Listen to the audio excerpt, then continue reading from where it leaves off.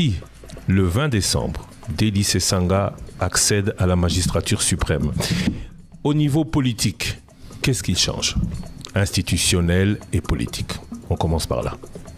D'abord, vous savez que nous avons un projet de révision de la Constitution que nous avons soumise après pétition au débat à l'Assemblée nationale qui a été arrêté en raison de la proclamation de l'état de siège. J'entends reprendre ce projet parce qu'il comporte un certain nombre de réformes nécessaires à la stabilisation de notre pays et au renforcement de l'efficacité institutionnelle. Ce projet de réforme comporte entre autres mesures de resserrer le périmètre de la décentralisation, de ramener la décentralisation au niveau des territoires et de ne pas avoir cette multiplicité, cet enchevêtrement d'entités décentralisées pour lesquelles il n'y a pas du potentiel fiscal et qui sont plus un coût qu'une opportunité pour nos concitoyens d'avoir accès à des services publics de qualité.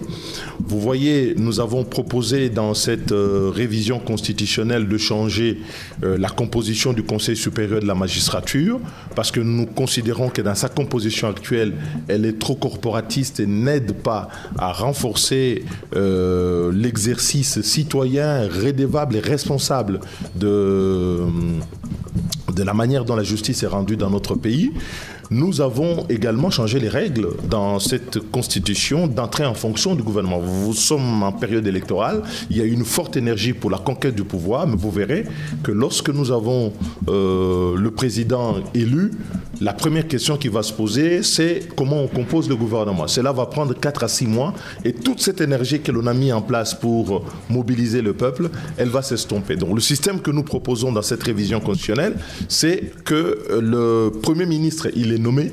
S'il ne rencontre pas une motion de censure qui est votée, donc il reste en fonction. Et donc ça met fin à ces discussions inutiles de la classe politique qui nous consomment à chaque cycle à peu près 6 à 9 mois. Et quand vous les additionnez, c'est comme si sur 4 cycles, les politiciens se sont mis à discuter de la composition du gouvernement pendant tout un mandat. Non, je veux juste expliquer. Donc le Premier ministre ne doit plus être investi. Le président il nomme le gouvernement. S'il n'y a pas de motion de censure, il reste en fonction. Oui, c'est-à-dire que le Premier ministre va venir présenter son programme devant l'Assemblée nationale.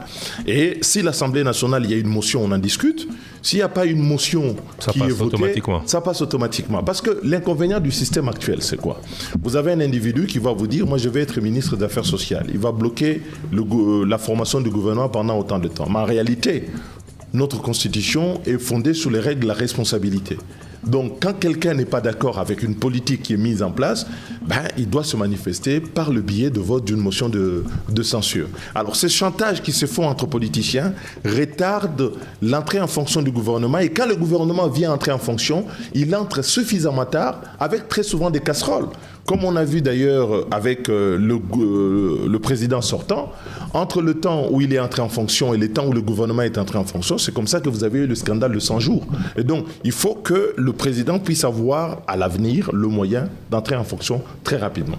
Mais ce n'est pas la seule mesure. Vous parlez de mesures institutionnelles. Il y a cette révision constitutionnelle que nous allons faire qui comporte un certain nombre d'innovations, dont une majeure, c'est que le président de la République, sous le mandat duquel les élections ne sont pas tenues dans le délai, ne peut pas être bénéficiaire en cas de non-tenue des élections. Il devra donc démissionner. Ça, nous l'avons proposé depuis 2019. Reste en fonction jusqu'à l'investiture, ça n'existe plus. Cette affaire-là, c'est une prime à l'impunité. Et les 2 tours ? Le 2 tours à l'élection présidentielle, naturellement, il faudrait le remettre. Pourquoi? Parce que nous avons vu que le premier cycle, en dépit des problèmes qu'il avait, de 2006, les cycles qui sont venus après n'ont pas permis de faire un choix.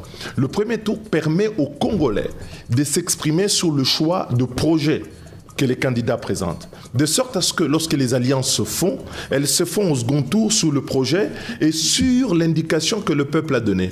Le fait d'avoir supprimé un tour, et d'ailleurs, le président en fonction, le président sortant, Félix Tshisekedi, n'a pas été correct sur ce point parce que quand il est venu au Congrès, il a promis d'être en accord avec nous pour remettre les 2 tours de l'élection présidentielle. On ne sait pas pour quelle raison il est revenu sur ces sujets pour lesquels il ne s'est plus exprimé. Dès entrer en fonction, nous allons faire cette réforme pour permettre à ce que notre démocratie puisse mieux respirer et que le choix soit beaucoup plus évident pour notre peuple. Et donc, ça c'est sur le plan institutionnel. Nous allons renforcer les pouvoirs du Parlement. Je suis un parlementaire depuis 3 législatures. Et nous savons que le Parlement, ce n'est pas seulement pour sanctionner. C'est que cet exercice des responsabilités permet à ce que ceux qui gèrent puissent avoir un sens du devoir beaucoup plus élevé parce qu'ils doivent rendre compte. Aujourd'hui, on a aboli les contrôles.